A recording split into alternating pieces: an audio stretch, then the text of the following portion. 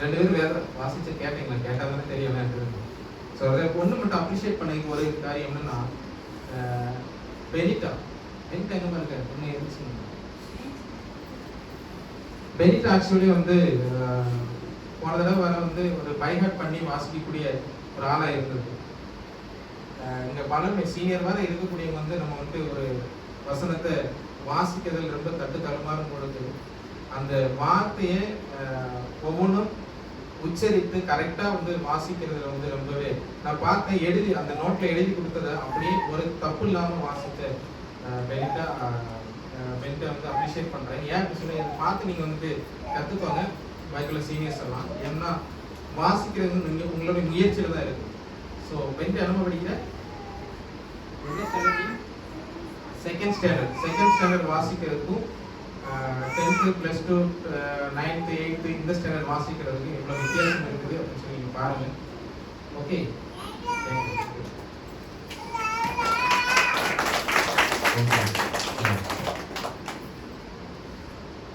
கர்த்தருக்கு மகிமை உண்டாவதாக. ஒரு சிறந்த துணை அப்படின்னு சொன்னா அது கூட இருக்கிறதோ இல்லைன்னா சாப்பாடு போடுறதோ இல்லை தேவையான ஒரு தேவைகளை சந்திப்பதோ அல்ல, ஒரு எண்ணங்களையும் உணர்வுகளையும் பகிர்ந்து கொள்வது. சிறந்த துணை அப்படின்னா எண்ணங்களுக்கு மதிப்பளிப்பது, அதை பகிர்ந்து கொள்வது. ஸோ இங்கே பார்க்கும் பொழுது இப்படிதான் ஒருத்தர் வந்து ஒரு எண்ணத்தை அவருடைய எண்ணத்தை வந்துட்டு பகிர்ந்து கொள்வதாரு. எப்படின்னு பார்த்தா, கணவன் என்ன செய்யறாருன்னா மனைவியோடு கூட பேசிக்கிட்டு இருக்கும்போது கணவன் மனைவிக்குள்ள ஒரு கான்வர்சேஷன் நடக்குது. ஸோ அவங்க பேசும்போது என்ன நடக்குன்னா, இன்னைக்கு நல்ல நாளடி அப்படிங்கிறாரு. எந்திரிச்சிருக்கு, ஓகேவா? பலர் கேட்டிருப்பீங்க இதை. எந்திரிச்சு வராங்க, 2 பேரும் வராங்க. வந்ததுமே கணவன் மனைவியை பார்த்துட்டு, கிச்சன்ல இருந்து வரக்கூடிய மனைவியை பார்த்து இன்னைக்கு நல்ல நாளடி அப்படிங்கிறாரு. உடனே மனைவி அதை மைண்ட் பண்ணல, அவங்க போயிட்டாங்க.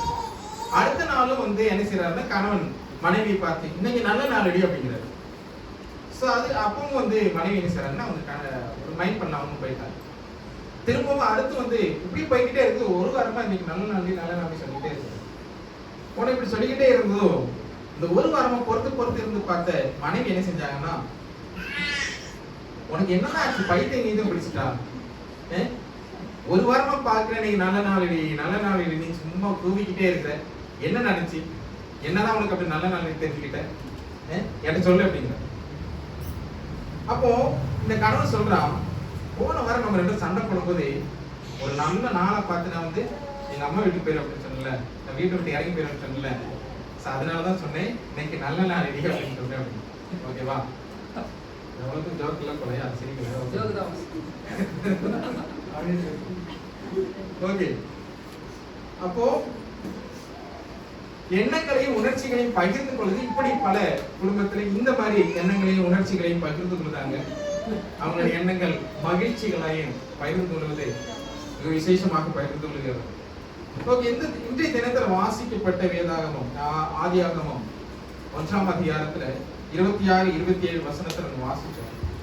அந்த 26, 27 வசனத்துக்கு முன்னதாக இருக்கக்கூடிய சில வார்த்தைகளை பார்க்கிறது. அது என்ன? தேவனானவர் 6ஆம் நாள்ல 2 விதமான கிரியைகளை செய்கிறார்.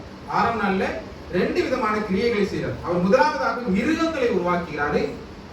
அதுக்கப்புறமா என்ன செய்யறாருன்னா மனுஷனை சிருஷ்டிக்கிறார்.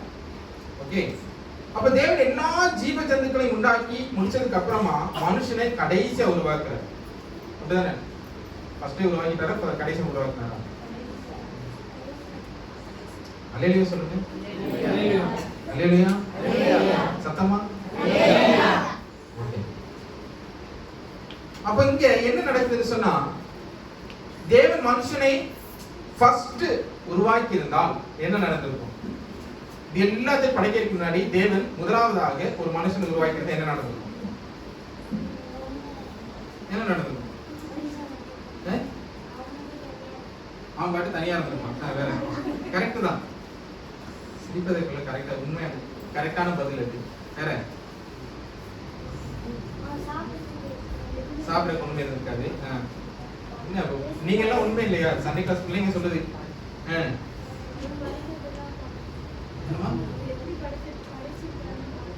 பாத்துக்கிட்டு இருந்திருப்பாரு. நீதான் கரெக்டான பாயிண்ட். மனுஷன் மனுஷனை ஃபர்ஸ்டே படைத்திருந்தால் என்ன செஞ்சிருப்பாங்கன்னா, இப்போ நான் வியாக்கியானம் கொடுக்கறதா, நான் விளக்கம் கொடுக்கறதா இருந்தாலும் மனுஷனை ஃபர்ஸ்டே கடவுள் படைச்சாரு. படைச்சதுனால என்ன ஆச்சு, அதுக்கப்புறமா படைக்கப்பட்ட எல்லாத்துக்கும் மனுஷன் என்ன செஞ்சான், ஹெல்ப் பண்ணா. அப்படிதான் சொல்லியிருப்பாங்க. அப்படிதானே, அப்படிதான் எல்லாரும் நினைச்சிருப்பாங்க, அப்படிதான் எல்லாரும் சொல்லியிருப்பாங்க. மனுஷனை ஃபர்ஸ்டே படைச்சிட்டாரு கடவுளே, அப்ப இருந்து வேலையை கொடுத்துட்டாரு. என்ன, எனக்கு இதை செய்ய, அதை செய்ய, இந்த உலகத்தை உண்டாக்கணும், கொஞ்சம் மண் எடுத்துட்டு வா அப்படின்னு இருப்பாரு. இல்லை, உனக்கு ஒரு துணை உண்டாக்கணும், விழா எலும்பத்தா, அதை கொஞ்சம் எடுத்துட்டா அப்படின்னு சொல்லியிருப்பாரு. அப்படின்னு நம்ம என்ன செய்திருப்போம், கதை விட்டுருவோம். இங்க மனுஷனை எப்ப படைக்கிறாரு, கடைசியா படைக்கும். கடவுளுக்கு அப்பவே தெரியும், ஃபர்ஸ்டே படைச்சது மனுஷன் என்ன செய்வான், நானும் கடவுளுக்கு ஹெல்ப் பண்ண வந்தான். இப்பவே வந்து கடவுளுக்கு நிகரா வச்சிருந்தான். எதை வச்சுக்கிட்டு, தன்னுடைய சாயலால் படைக்கப்பட்டதை வச்சே என்ன செய்யறான், கடவுளுக்கு நிகரா வரைக்கும் அவன் பார்த்துக்கிட்டு இருக்கிறான். அப்படி இருக்கும்போது ஃபர்ஸ்டே படைச்சிருந்தா என்ன நடந்திருக்கும், அதை உண்மையாக்கிருப்பான். அப்படிதானே? அப்ப தேவனானவர் மனுஷனை சிருஷ்டிப்பதற்கு முன்னதாகவே அவனுக்கு தேவையான எல்லாவற்றையும் சிருஷ்டித்து கொடுத்தார். எல்லாவற்றையும் என்ன செஞ்சாரு, படைச்சிட்டாரு, உண்டாக்கிட்டாரு. ஓகே, அப்ப மனுஷன் இந்த பூமியில சிருஷ்டிக்கப்படும் போது அவனுக்கு தேவையானது ஏற்கனவே இருந்துச்சு, ஆல்ரெடி இருந்துச்சு. அப்ப தேவன் இதற்கு முன்னாடி பார்க்கும்போது வெளிச்சத்தை உண்டாக்கணும் போது அவர் என்ன செய்யறாரு, வெளிச்சம் உண்டாக கடவுது அப்படின்னு சொன்னார். வெளிச்சம் உண்டாக கடவுது. அதே போல ஆகாய விரிவை உண்டாக்கும் போது என்ன சொன்னாரு, ஜலத்தின் மத்தியில் ஆகாய விரிவு உண்டாக கடவுது அப்படின்னாரு. ஆனா இப்போ தேவன் மனுஷனை சிருஷ்டிக்கும் போது மட்டும் என்ன செய்யறாரு, தமது சாயலாக, அப்படிதானே, தன்னுடைய ரூபத்தின்படியாக மனுஷனை உண்டாக்குவோமாக அப்படிங்கிறார். தன்னுடைய சாயலாக, தன்னுடைய ரூபத்தின்படியாக மனுஷனை உண்டாக்குவோமாக, உண்டாக்குகிறேன் அப்படின்னு சொல்லி சிங்குலர் சொல்ல, உண்டாக்குவோமாக அப்படின்னு ப்ளூரல்ல சொல்றாரு. ப்ளூரல்னா ஒரு நபருக்கு ஒரு நபரோ, ஒரு நபர் இல்லாம ரெண்டு நபர், அதாவது ரெண்டாவது நபரோ மூணாவது நபர், 3 பேர் இருந்தாலும் ஒரு நபர் எக்ஸ்ட்ரா இருந்தாலும் என்னது, அது ப்ளூரல். இது படர்கை, அதுதானே தமிழ்ல படர்கைன்னு சொல்லுவாங்க. அப்போ இங்க என்ன நடக்குதுன்னு சொன்னா, திருத்துவம் ஒன்றே நேர். முதலாவதாகவே மனுஷனை படைக்கும் பொழுது திருத்துவம் இங்க வருது. நான் திருத்துவத்தை பத்தி இங்க கொடுக்கப்படல, ஆனா அந்த அந்த வார்த்தைக்கு மட்டும் விளக்கத்தை கொடுக்குறேன். ஓகேவா? திருத்துவத்தை, அதாவது பிதா குமாரன் பரிசுத்த ஆவியானவர் அங்க இருந்தனாலதான் நாம் உண்டாக்குவோமாக அப்படிங்கிறதுதான ஒரு பலகை வாழ்க்கையில், அதாவது ஒரு ஒரு சேர்ந்து எல்லாரும் சேர்ந்து இருக்கக்கூடிய, எல்லாரும் 3 பேர் சேர்ந்துள்ள அந்த வார்த்தையை ப்ளூரல் வார்த்தையை யூஸ் பண்றாங்க. அப்ப இங்க தேவன் வெளிச்சத்தை ஆகாய விரிவு உண்டாக்கும் போதும் அதே போல அவருடைய வார்த்தையில் என்ன இருந்துச்சு, கட்டளை தான் இருந்துச்சு. ஆகாய விரிவு உண்டாக கடவுது, அது கட்டளை, அப்படிதானே, அந்த கட்டளை இருந்துச்சு. ஆனா மனுஷனை உண்டாக்கும் போது மட்டும் அவர் கட்டளை வச்சாரா, என்ன செஞ்சாரு, மனுஷனை உண்டாக்குவோமாக, மனுஷன் உண்டாக கடவுது அப்படின்னு எதை சொன்னாரா, இல்ல. என்ன செஞ்சாரு, அவனை உண்டாக்குவதற்காக என்ன செய்யறாரு, ஒரு சிந்தை, அதாவது ஒரு பிளான் பண்றாரு. உண்டாக்குவோமாக அப்படிங்கும்போது அது ஒரு பிளான். மனுஷன் உண்டாக்குவோம், அவன் உருவாக்கலாம் அப்படிங்கிறதானே, அது உருவாக்கலாம். ஒரு ஒரு ஒரு ஒரு என்ன சொல்ல, ஒரு ப்ராஜெக்ட் பண்ணலாம் அப்படிங்கும்போது அந்த ப்ராஜெக்ட் பண்ணலாம் அப்படிங்கிறது வேற. ப்ராஜெக்ட் உருவாக கடந்து அப்படின்னு சொன்னா ஆல்ரெடி வந்துடும்.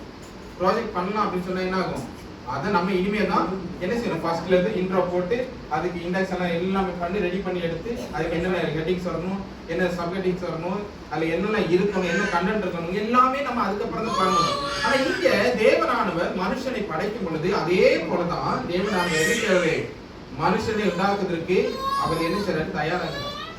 சோ மனுஷனை உண்டாக்கும் போது மட்டும் அவர்கிட்ட இருந்த ஒரு அன்பு, கரிசனை பைபிள்ல இருந்துச்சா, பைபிள்ல கட்டளை தான் சொன்னாரே தவிர மனுஷன் உண்டாக்கும் போது அன்போடு கூட, கரிசனையோடு கூட, ரொம்ப பொறுமையோடு கூட மனுஷனை உருவாக்குறார். ஏன்னா அவருடைய சாயலில் உருவாக்கப்படும், அவருடைய சாயலில் உருவாக்கப்படும் அப்படிங்கிறது ரொம்ப கவனமாக அவர் செஞ்சார். அதனால மனுஷனை உண்டாக்குவோமாக அப்படிங்கிறது என்னது, தேவனானவர் நம்மோடு கூட இருக்கக்கூடிய ஒரு அன்பு, ஒரு ஒரு ஒரு உணர்வோடு கூட, ஒரு கரிசனையோடு கூட நம்ம உருவாக்குறோம். அப்ப இது வரைக்கும் சிருஷ்டித்த எல்லா சிருஷ்டிக்கும் ஒரு வேறுபட்டவனாக மனுஷன் உருவாக்கப்படும். அப்ப மனுஷனுக்குள்ள 2 இடம் கலந்துருக்கு. ஒண்ணு என்னது, பூமிக்குரியவனாக இருக்கலாம், வானத்துக்கு உரியவனாக இருக்கலாம். அது மட்டும் இல்லாம வானத்தையும் பூமியும் ஒன்றாக இணைத்து, வானத்துக்கு சொந்தமானவன் பூமிக்கு சொந்தமானவன் அப்படி ஒன்றாக இணைத்து தான் மனுஷன் நினைக்கிறாரு, உருவாக்குறாரு. அப்ப மனுஷன் மாம்சமும் ஆவியும் கலந்தது, மாம்சமும் ஆவியும் கலந்தது மனுஷன். அதனாலதான் இயேசு கிறிஸ்து இங்க என்ன நடக்குதுன்னு சொன்னா, அவன் பூமிக்கும் உரியவன் அப்படிங்கிறதுனால, அப்படிங்கிற காரணத்தினால இயேசு கிறிஸ்து திருமண விவாகரத்துக்கு விரோதமாக உபதேசம் பண்ணும்போது என்ன சொல்றாருன்னா, மத்தேயு 19:4 வாசிக்கலாம்.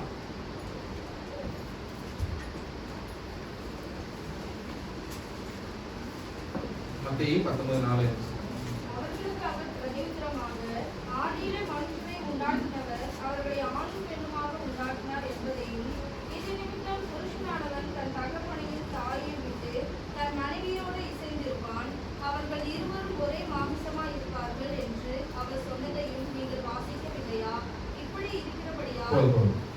ஓகே, அப்ப இங்க என்ன நடக்குதுன்னு சொன்னா, இயேசு கிறிஸ்துவானவர் விவாகரத்துக்கு எதிராக இருக்கிறார், அப்படிதானே? அப்ப இங்க பார்க்கும் பொழுது நம்ம முதலாவது யாரை படைத்தார் தேவனானவர்? ஆதாமும் ஏவாளும், அப்படிதானே? அப்போ அவங்க மட்டும் தான் இருந்தாங்க. பாக்கியில தான் என்ன செஞ்சாரு? மிருகங்கள் எப்படி படைச்சாரு? கட்டளையிட்டாரு. எப்படி? ஒரு கும்பல் கும்பலா படைச்சு விட்டாரு, அப்படிதானே? அதெல்லாம் ஒரு ஜோடு ஜோடாக அப்படிதானே வருது. அதுக்கெல்லாம் பெயர் இருக்குது, அதுக்கெல்லாம் வந்துட்டு ஒரு அவங்களெல்லாம் கப்பல் கப்பலா படைச்சு விட்டுட்டாரு, அப்படிதானே? நிறைய பேர் இருக்காங்க, அது ஒரு ஒரு 100 பேர் அந்த மாதிரி எல்லாம் வர்றது மாதிரி அவர் படைச்சு விட்டாரு. ஆனா மனுஷன் மட்டும் என்ன செஞ்சாரு? ஒரே ஒரு ஆண் ஒரே ஒரு பெண், ஒரே ஒரு ஆண் ஒரே ஒரு பெண், ஒரே ஒரு ஆணுக்கு ஒரே ஒரு பெண், ஒரே ஒரு பெண்ணுக்கு ஒரே ஒரு ஆண். அப்போ இந்த திருமணத்துல இணையக்கூடிய ஒவ்வொருவருமே ஒரே ஒரு ஆணுக்கு ஒரே ஒரு பெண், ஒரே ஒரு பெண்ணுக்கு பாருங்க. சண்டே கிளாஸ் பிள்ளைங்க இவ்வளவுக்கு சொல்றாங்க, இங்க ஒரே ஒரு ஆணையும் ஒரே ஒரு பெண்ணையும் கட்டிக்கிட்டு இருக்காங்க. ஒண்ணுமே எனக்கு திருமண வாழ்க்கையில வந்தா தானே உனக்கு தெரிய போகுது அப்படின்னு மனசுல என்ன நம்ம தெரியல. அப்ப ஆதாம் தன்னுடைய மனைவியாகி ஏவாளை தள்ளி வச்சிருந்தால், விவாகரத்து பண்ணியிருந்தால் என்ன நடந்திருக்கும்? ஆதாம் தன்னுடைய மனைவி ஏவாள் வேண்டாம் அப்படின்னு சொல்லி தள்ளி வைத்திருந்தால், ஏதோ ஒரு சின்ன சின்ன பிரச்சனைகளுக்கு வேண்டாம் அப்படின்னு சொல்லி விவாகரத்துக்கு பேருந்து என்ன நடந்திருக்கும்? ஒண்ணுமே நடந்திருக்காது. கரெக்ட், ஒண்ணுமே நடந்திருக்காது. ஏன் அப்படின்னு சொன்னா, இந்த நம்ம எல்லாம் இருந்திருப்போமா? மனுஷன் ஏசுக்கு என்ன சொல்றாரு? கடவுள் என்ன சொல்றாரு? மனுஷன் கிட்ட என்ன சொல்றாரு? நீங்க பழுகி பெருகி பூமியில, அப்படிதானே? அப்ப அது நடந்திருக்குமா? பூமியில எவ்வளவு பேர் வந்திருக்குமா? வந்திருக்க மாட்டோம், அப்படிதானே? அப்ப இங்க என்ன நடக்குது அப்படின்னு சொன்னா, புருஷனும் மனைவியும் தங்களுடைய சுய இஷ்டம் போல தங்களுக்கு விரும்பின பிரகாரமாக தன்னுடைய திருமண உறவை முறித்துக் கொள்ளக்கூடாதுன்னு சொல்லி அந்த நேரத்திலேயே முதலாவது மனுஷனை உருவாக்கும் பொழுதே ஒருத்தருக்கு ஒருத்தி தான் அப்படிங்கிறதான ஒரு கோட்பாடை அங்க வச்சார். ஒருத்தனுக்கு ஒருத்தி தான், ஒருத்திக்கு ஒருத்தன் தான் அப்படிங்கிறது. அப்போ ஒரு கணவன் ஒரு மனைவி தான், ஒரு கணவனுக்கு ஒரு மனைவி தான், ஒரு மனைவிக்கு ஒரு கணவன் தான் அப்படிங்கிறதான ஒரு கோட்பாடை கொண்டு வந்தார். அப்ப திருமண உறவின் மூலமாக புருஷனும் மனைவியும் ஒரு ஆண் ஒரு பெண்ணுமாக மட்டும்தான் தேவனானவர் சிருஷ்டிக்கிறார். அப்ப கணவன் மனைவியும் தன்னுடைய திருமணத்துல இந்த பந்தத்தை பரிசுத்தமாக தான் எண்ணணும். ஏன்னா ஒவ்வொரு திருமண வாழ்க்கையும் ஏற்படும் பொழுது அந்த திருமண வாழ்க்கைக்குள்ளாக வரும் பொழுது பலவிதமான கோட்பாடுகள், நம்ம திருமண ஆராதனை கிரமங்களை எடுத்து பார்க்கும் பொழுதே அதை பத்தி அடுத்து நம்ம போக போறோம். அதுல ஒவ்வொரு காரியங்கள் இருக்கு, ஒவ்வொன்றும் மிக நேர்த்தியாக எழுதப்பட்டு நம்ம ஒன்றிணைக்கப்படும். அந்த ஒன்றிணைப்புக்கு முன்னதாக இந்த இருவர் சேர்வதற்கு, அதாவது ஒரு கணவனும் ஒரு மனைவியும் சேர்வதற்கு, ஒரு கணவனும் மனைவி ஒரு குடும்ப உறவில் வந்து சந்தோஷத்தோடு கூட அந்த நாட்களை கழிப்பதற்கு அவங்க படைச்சு விட்டதுமே பெரிய ஒரு ஆதியாகமத்திலேயே ஒரு ஒரு ரத்தம் சிந்தப்படுதல் ஏற்படும், ரத்த சிந்துதல் ஏற்படும். எது தெரியுமா? முதல் ரத்த சிந்துதல் ஆதியாகமத்தில் எங்க வருது? அதுக்கு முன்னாடி ஆதாம் ஏவாளும் காரியத்துல. ஓகே, ஆதாம் ஏவாள் ஒரு விருட்சத்தை சாப்பிடுதாங்க, சாப்பிட்டாங்க. அதுக்கப்புறம் என்ன நடக்குது? பாவம் செஞ்சுட்டாங்க. அவங்களுக்கு கண்கள் திறக்கப்படும், ஞான கண் திறக்கப்பட்டது. உடனே அவங்க என்ன நினைக்கிறாங்க? தாங்கள் நிர்வாணிகள் என்று அறிந்து அவங்க என்ன செய்றாங்க? ஓடி போய் அத்திமரை கிளைகள் எடுத்து அதை உடையாக தச்சு போட்டுக்கிட்டாங்க. அதுக்கப்புறம் யாரு வரா? அந்த கார்டனுக்கு யாரு வரா? கடவுள் வராங்க. ஓகேவா? சீசன்லாம் இல்ல, கடவுள் வராங்க. வந்ததுக்கு அப்புறம் என்ன நடக்குது? இவங்க ரெண்டும் நான் என்ன சொல்றாங்க? சத்தமா நாங்க என்ன செய்யறோம்? மறைஞ்சு அப்ப தேவனானவர் இவங்களுக்கு என்ன உடையை கொடுத்தார்? தேவனானவர் இவங்களுக்கு என்ன உடையை கொடுத்தார்? என்ன என்ன என்ன உடையை கொடுத்தார் சொல்லுங்க. தோல். அப்ப அந்த தோல் எங்க இருந்து வருது? ஏதோ ஒரு மிருகத்துக்கு இருந்து வருது அப்படிதானே? அப்ப ஏதோ ஒரு மிருகம் வந்து என்ன ஆயிருக்குது? ரத்தம் சிந்தப்பட்டிருக்கு. அது எதனால? கீழ்ப்படியாதனால. அப்போ இந்த ஆதியாகமத்திலேயே முதல் வார்த்தையில என்ன நடக்குதுன்னு சொன்னா, இங்கேயே இந்த முதல் அதிகாரத்துல என்ன நடக்குதுன்னு சொன்னா, இயேசு கிறிஸ்துவினுடைய ரத்தம் சிந்துதல் இங்கேயே சொல்லப்பட்டது. அப்படிதானே? ரத்தம் சிந்துதல் இங்கேயே சொல்லப்பட்டது. கீழ்ப்படியலன்னா அந்த கீழ்ப்படிதலுக்கு பரிகாரம் என்னவாக வருது? ரத்தம் சிந்துதல். அந்த ரத்தம் சிந்துதல் யார் வரப்போறா ஃபியூச்சர்ல? இயேசு கிறிஸ்துவானவர். அது எங்க நடக்குது? எங்க நிறைவேறுது? ஆதியாகமத்தில். அப்படிதானே? அப்போ இங்க சிம்பிளான ஒரு இதுதான். நம்ம கூடுதல் யோசிச்சிருக்க மாட்டோம். ஆனா திரும்ப திரும்ப நம்ம அந்த வசனத்தை ஏதாவது ஒண்ணு கிடைக்காது அப்படின்னு யோசிக்கும் பொழுது, அதை வாசிக்கும் பொழுதுதான் இந்த ஒரு வியாக்கியானம், இந்த ஒரு விளக்கம் நமக்கு புரிந்து கொள்ள முடியும். தோல் கூட எங்க வந்திருக்கு, எப்படி வந்திருக்கு அப்படின்னு யோசிக்கும் போதுதான் என்ன நடக்குது? சோ ரத்தம் சிந்துதல் இங்கே வந்திருக்கு. மனுஷனுக்காக இப்ப வர ரத்தம் சிந்திக்கிட்டு தான் இருக்கு. அப்படிதானே?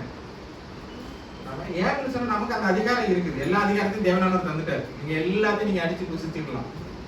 எவ்வளவுக்கு நான் பெருசா எவ்வளவுக்கு பலமான இதை வந்துட்டு நான் படைச்சிருந்தாலும் அதை ஆளக்கூடியது யாரு? மனுஷன் தான் அப்படின்னு சொல்லிட்டாரு. அதனால நம்ம ஆண்டுகிட்டு தான் இருக்கிறோம்.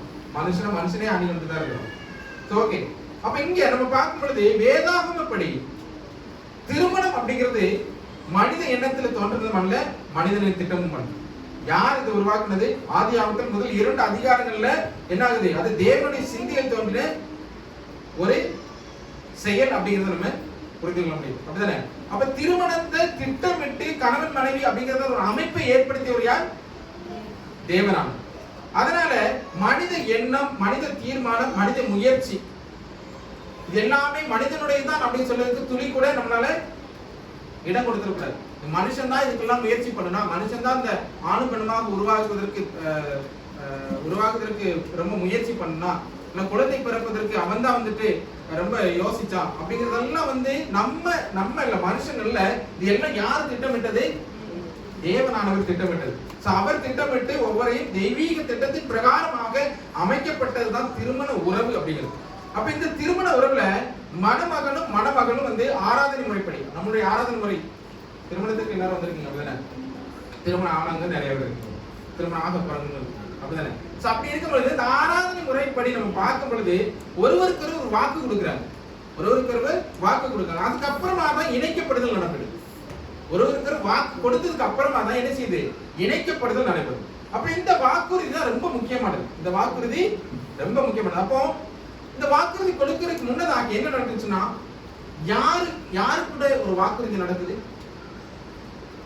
கணவனும் மனைவியும் திருமணமாகக்கூடிய திருமண பெண்ணும் திருமண ஆணும் என்ன செய்யறாங்க? 2 பேரும் தாலி கட்டுறதுக்கு முன்னாடி, முதல் மாத்திரைக்கு முன்னாடியாக அதுக்கு முன்னதாக ஒரு வாக்கு வருது, ஒரு வார்த்தை வருது. ஓகே, ஒரு ப்ராமிஸ் கொடுக்குறாங்க. அது யார் வந்து பண்றாங்க? கரம் பிடித்து ஒன்று கொடுப்பாங்கல்ல, யாரு? ஹாஸ்டல்ல பெற்றோருடைய கரம் பிடித்து என்ன செய்யறாங்க? வாக்கு கொடுக்குறாங்க. பெற்றோருடைய, நமக்கு பெற்றோர் யாரு? தேவனானவர் நம்ம படைத்தார். அப்படிதானே? அப்போ ஒரு திரியேகம் அங்கேயுமே வருது. கணவன் மனைவி ஒண்ணு, தேவன் ஒண்ணு, பெற்றோர் ஒண்ணு, 3. ஓகேவா? சரி, இந்த 3ம் அங்க இணையுது. அப்ப இங்க பார்க்கும் பொழுது இந்த ஒரு கணவனும் மனைவி இணையதுக்கு முன்னதாகவே அங்க என்ன ஒரு உடன்படிக்கை வருது? பெற்றோருக்கான, ஒரு குடும்பத்திற்கான ஒரு உறவு அங்க வந்து கரம் பிடித்து அங்க அந்த வாக்கு கொடுக்கப்படுது. அதுக்கப்புறம் தான் மாப்பிள்ளை கிட்ட வந்து இந்த மணமகள் மனைவியாக ஏற்றுக்கொண்டு அவரை மாத்திரம் பற்றிக்கொள்வீரா அப்படின்னும், அதே போல மணப்பெண்ணுகிட்ட இதே போல இந்த மணமகனை உன்னுடைய கணவராக ஏற்றுக்கொண்டு அவரை மாத்திரம் பற்றிக்கொள்வீரா அப்படின்னு கேட்கப்படுது. அப்படிதானே? திருமண ஆராதனை எல்லாத்தையும் நம்ம வாசிக்கிறோம், தெரியாத மாதிரியே பார்த்துக்கிட்டு இருக்கோம். அதுல கவனிக்கக்கூடிய ஒண்ணு எதுன்னா, இதுல ரொம்ப கவனிக்கக்கூடியது இவரை மாத்திரம் அப்படிங்கிறதான ஒரு வார்த்தையும் பற்றிக்கொள்வீரா அப்படிங்கிறதான ஒரு வார்த்தை. இவரை மாத்திரம் அப்படின்னு சொன்னா, இவரை மாத்திரம் பற்றிக்கொள்வீரா அப்படின்னா அதுக்கு அர்த்தம் என்ன? கணவனை மாத்திரம் தான். அதான் இந்த கணவனை மாத்திரம் பற்றிக்கொள்ள, அவரை மாத்திரம் அப்படின்னா அதுக்கு என்ன? அது அர்த்தம் என்ன? அதுக்கு மீனிங் என்ன? ஒருத்தன் ஒருவனுக்கு ஒருத்தி, ஒருத்திக்கு ஒருவன் அப்படிங்கிறதான ஒரு கொள்கையை தான் அது சொல்லுது. இந்த பற்றிக்கொள்ள நான் இங்கிலீஷ்ல NRSV பைபிள்ல நான் யூஸ் பண்றேன். அதில் பார்க்கும்பொழுது க்ளீவ் இருக்கு. க்ளீவ் CLEAVE க்ளீவ் அப்படின்னு சொன்னா இசைந்திருத்தல் சொல்லுது. Cleave and leave and cleave இசைந்திருத்தல்.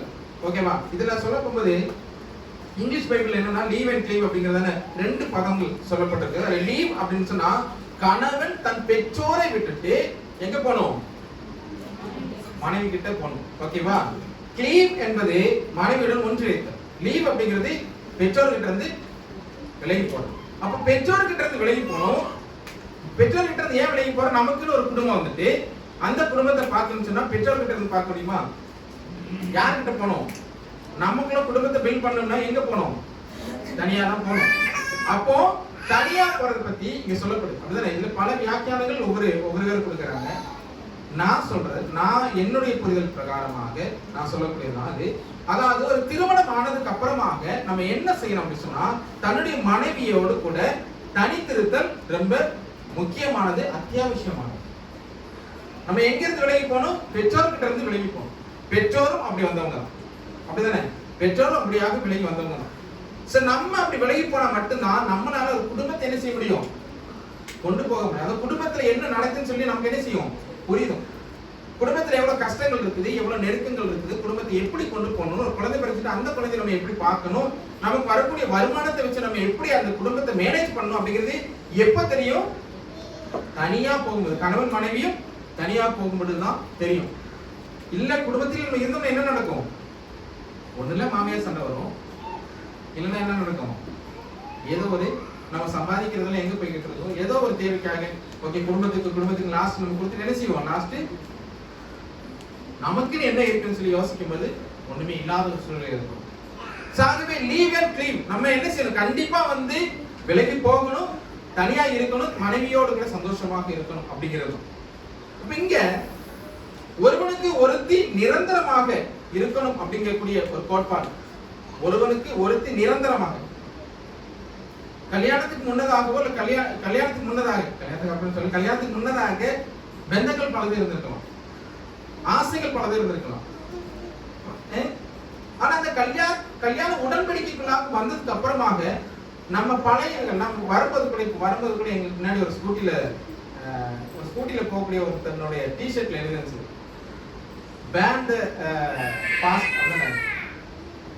அதாவது நீங்க வந்துட்டு பாஸ்ட் எரிச்சிருங்க அப்படின்னு சொல்லி அது அவங்க டிஷர்ட்டுக்கு முன்னாடி எழுதிருந்துச்சு. நான் வரும்போது நம்ம வந்துட்டு இருக்கும்போது அந்த டிஷர்ட்ல எழுதிருந்துச்சு. அப்ப நான் என்ன யோசிச்சோம்னா பாஸ்ட்ல எரிச்சு போட்டது பாஸ்ட் நம்ம நினைக்க கூடாது. அதெல்லாம் நீங்க வந்து செஞ்சிடணும், தூக்கி எரிஞ்சிருங்க, பாஸ்ட் தூக்கி எரிஞ்சிருங்க. அப்படின்னா என்ன செய்யும்? உங்களால ஃபியூச்சர்ல நினைவுல முடியும், ஃபியூச்சர்ல நீங்க நடக்க முடியும். நீங்க பாஸ்ட் படிச்சுட்டே இருந்தீங்கன்னா என்ன நடக்காது? ஃபியூச்சருக்குள்ள நீங்க போக முடியாது. அது அங்கேயே தான் இருப்பீங்க. எங்க படிச்சுட்டு இருக்கீங்களோ அங்க இருப்பீங்க. அங்க படிச்சுட்டு இருந்தீங்க என்ன நடக்கும்? குடும்பத்துக்குள்ள பிரச்சனை வந்துகிட்டே தான் இருக்கும், கணவன் மனைவிக்குள்ள பிரச்சனை வந்துகிட்டே தான் இருக்கும். ஏதோ ஒரு தப்பிதம், ஏதோ ஒரு மிஸ்டேக்ஸ் வந்ததுக்கு அப்புறம் என்ன செய்யணும்?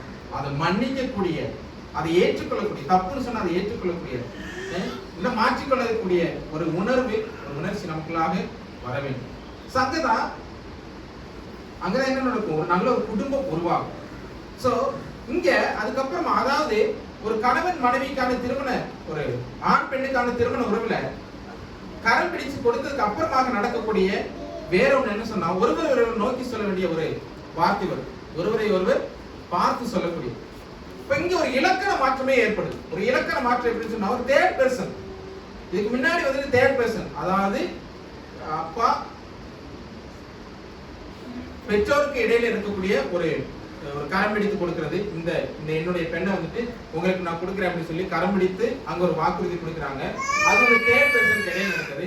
அதுக்கப்புறம் என்னன்னா டைரக்ட் இண்டிவிஜுவலா, அதாவது ஒருவரை ஒருவர் பார்த்து செகண்ட் பர்சன் கிட்ட சொல்லக்கூடிய ஒரு வார்த்தை தான் பாக்குறேன். இங்க என்ன நடக்குதுன்னா இப்போ ஒருத்தர் பார்த்து என்ன சொல்லுவாங்கன்னா உண்மை என் வாழ்க்கை துணையாக ஏற்று, உண்மை என்னுடைய வாழ்க்கை துணை யார் சொல்றா?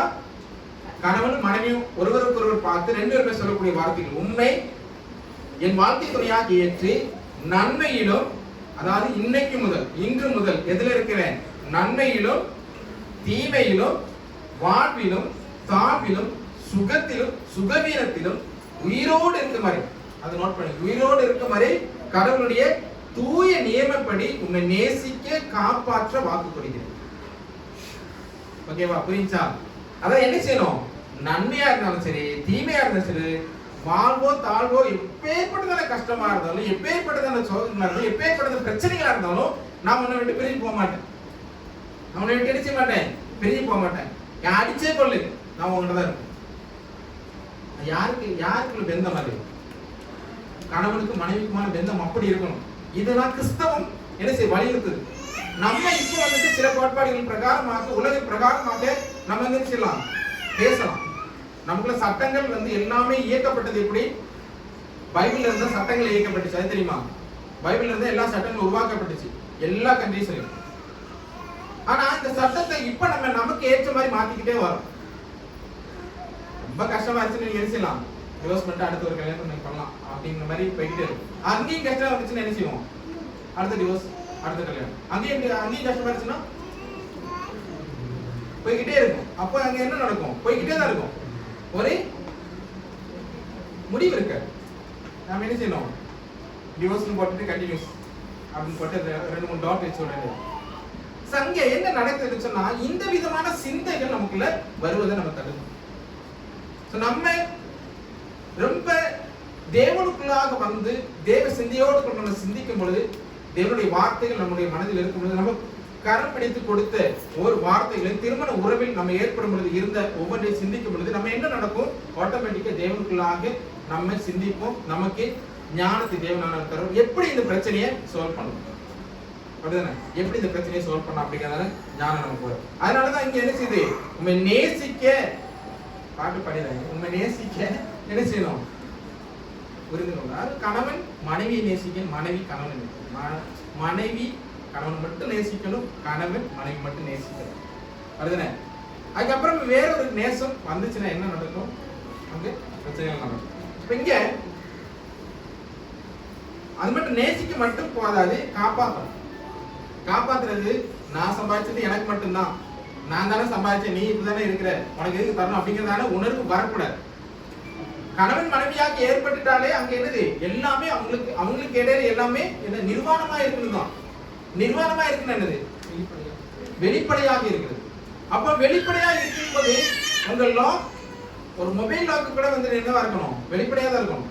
கணவன் கை வைத்தா மொபைல் ஓபன் ஆகும், மனைவி கை வைத்தா மொபைல் ஓபன் ஆகும். கணவனுக்கு உங்க அக்கௌண்ட்ல எவ்வளவு பேலன்ஸ் இருக்குன்னு தெரியும், மனைவிக்கு உங்க அக்கௌண்ட்ல எவ்வளவு பேலன்ஸ் இருக்குன்னு தெரியும். கழிப்பது தெரிய மாட்டேங்குதான். அந்த அளவிற்கான வெளிப்படை இருக்கணும். இப்போ நம்ம டெக்னாலஜி டிஜிட்டல் யுகத்துல நம்ம வரும்பொழுது என்ன நடக்குதுன்னா, பிரைவசி ரொம்ப கூடிக்கிட்டே இருக்கு. பிரைவசி, கணவனுக்கு மனைவிக்கு இடையில பிரைவசியை கூட்டிட்டாங்க. அது என்ன நடக்கு? அந்த பிரைவசி வந்தனாலதான் பிரச்சனைகள் அதிகமா வந்துகிட்டு இருக்கு. இந்த பிரச்சனைகளை தடுக்கணும்னா பிரைவசி மாறணும். கணவன் மனைவி ஒண்ணுதுன்னு சொல்லுது, அப்படிதானே? அப்போ ஒண்ணு அப்படிங்கும்போது என்னது? நான் என்ன யோசிக்கிறேன் அது ஃபுல்லா என்னோட கணவனுக்கு தெரியணும், என் கணவன் என்ன யோசிக்கிறேன் அது எல்லாமே எனக்கு தெரியும் அப்படிங்கிறது எல்லாமே வந்து தெரிந்திருக்கணும் அப்படிங்கிறது. அப்ப கணவன் மனைவி உறவுங்கிறது ஒரு இடை அறுபடா உறவாக காணப்படணும் அப்படிங்கிறது.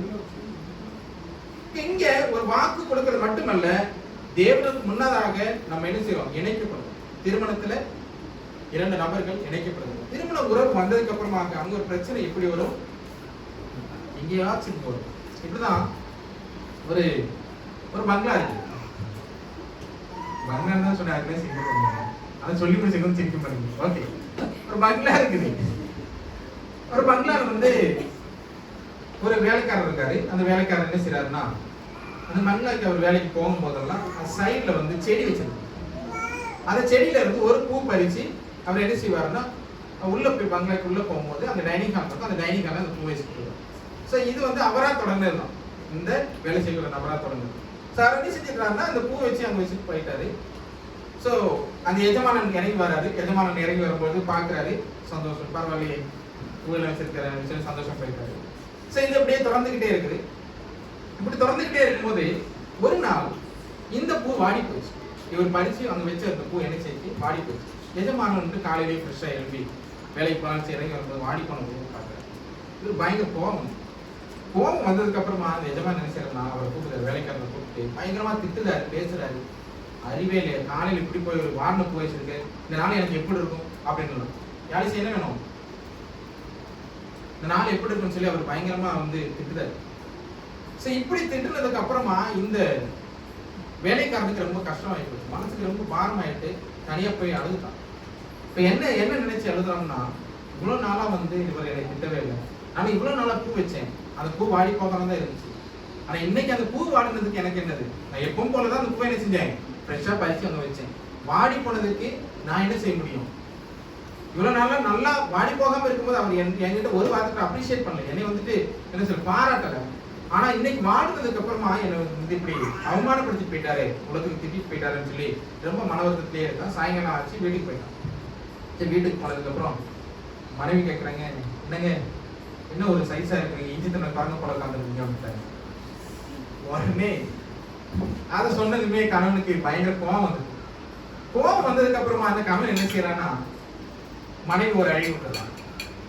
மனைவி அடிச்சதுக்கு அப்புறம் மனைவி இங்க வந்து சவுண்ட் போடுறாங்க, ஐயோ அடிச்சுட்டாலே சவுண்ட் போடும்போது உள்ள படிச்சுக்கிட்ட அந்த பிள்ளை ஓடி வருது. ஓடி வெளியில வந்து என்னப்பா இப்படி அம்மா பிடிச்சி அடிக்கணும்னு சொல்லி பிள்ளையும் ஒரு சார்ஜ் சாப்பிட்டாரு.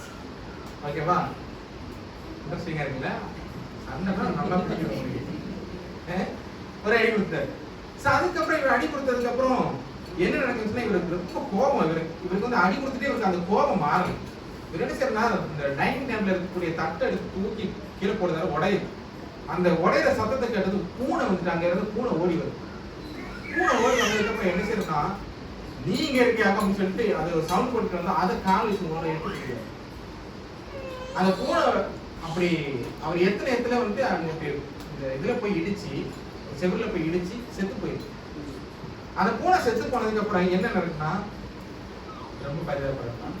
என்ன நடக்குதுன்னு சொன்னா, இந்த 3 வயசு வந்து அது பக்கத்துல பூனை கிட்ட வந்து, ஐயோ இப்ப செத்து போச்சு, நம்ம இப்படி எல்லாம் சனப்பட்டு கண்ணாம இருந்துச்சுன்னு சொல்லி ரொம்ப பரிதாபப்பட்டு அந்த பூனையை சுற்றி 3 பேர் நினைக்கிறாங்கன்னா அழுதுட்டு இருக்கிறோம்.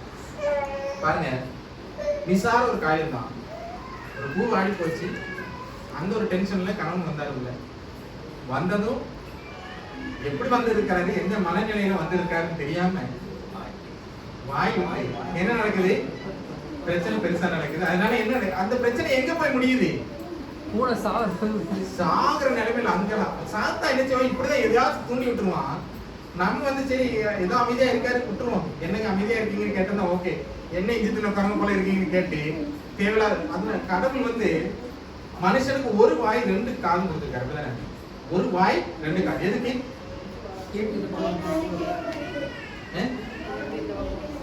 கேட்கறதுக்கு பேசுறதுக்கு. எதுக்கு 2 காதுன்னு தெரியுமா, நிறைய கேட்கணும். எதுக்கு ஒரு வாய், குறைவா பேசணும். ஓகேவா, இந்த நிறைய கேட்கணும். நம்ம இப்ப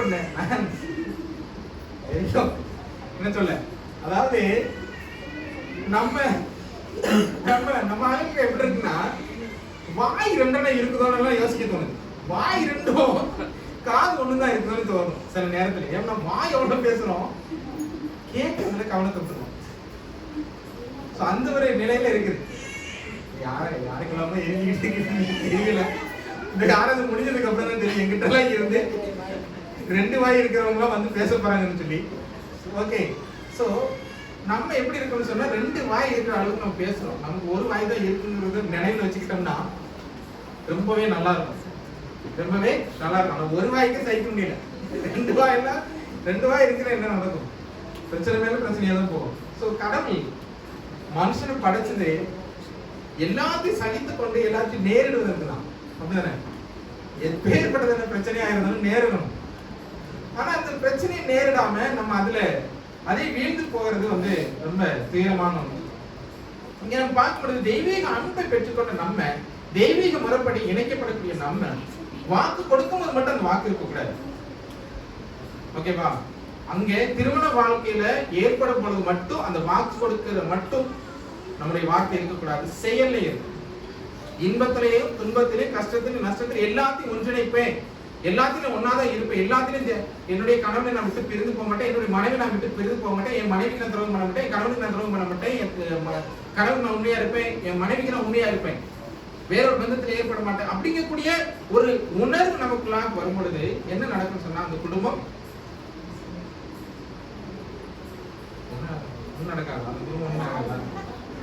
இங்க இருக்கிறத பார்த்தா ஏதோ நடக்க அப்படிங்கிற மாதிரி இருக்குது. இப்ப தேவனானவர் இந்த குடும்பத்தை கெட்டி காக்கிறது இதற்காகத்தான். தேவனுக்குள்ளாக ஒரு குடும்பத்துல மூணாவது நபர் யாராகத்தான் இருக்கணும் சொன்னா தேவன் மட்டும்தான் இருக்கும், கடவுள் மட்டும்தான் இருக்கும். மூணாவது நபராக வேற யாரும் இருக்கிறோம். தேவனுக்கு கடவுள் அமைத்து கொடுக்கக்கூடிய குடும்பத்திற்குள்ள மூணாவது நபராக தேவன் மட்டுமே தான் இருக்குமே தவிர வேற ஒரு நபர் வந்துடக்கூடாது. கணவன் மனைவி உறவு மிக அற்புதமானது, மிகவும் என்னது பரிசுத்தம் உள்ளது. பரிசுத்த மெய் விவாகம்னு தான் எழுதுவாங்க. அப்படிதானே? அப்படிதானே? பார்த்திருக்கீங்களா? பத்திரிகை அடிச்சவங்களுக்கு தெரியும். பத்திரிகை மீன்ஸ் இன்விடேஷன் இது பண்ணவங்களுக்கு தெரியும். பரிசுத்த மெய் விவாகம். பரிசுத்தம்னு முன்னாடி போட்டாலும் அந்த திருமணம் எப்படிப்பட்டது? பரிசுத்தம் உள்ளது. அப்ப அதை நம்ம எப்படி கட்டி காத்துக்கணும்? இணைக்கப்படும் போது மட்டும் நம்மள இவன் நான் எப்ப என்னுடைய மனைவியை பார்ப்பேன், எப்ப என் கணவனை பார்ப்பேன்னு ஏக்கத்தோட இருந்துட்டு சேர்ந்ததுக்கு அப்புறம் ஐயோ இப்படி வந்து மாட்டிக்கிட்டேன்னு சொல்லக்கூடாது. திரும்பவும் இனி ஆக போறதுக்கு நிறைய பேர் இருக்கிறோம். அதுக்கு முன்னதாக நம்ம தீர்மானம் எடுப்பது மிக நன்று. எப்பவுமே தீர்மானம் எடுப்பது மிக நன்று. ஒரு மனுஷனை படைக்கிறது தேவனானவர் தீர்மானிச்சார். மனுஷன் தனிமையா இருப்பது நல்லதல்ல, ஏற்ற துணையை உண்டாகும்.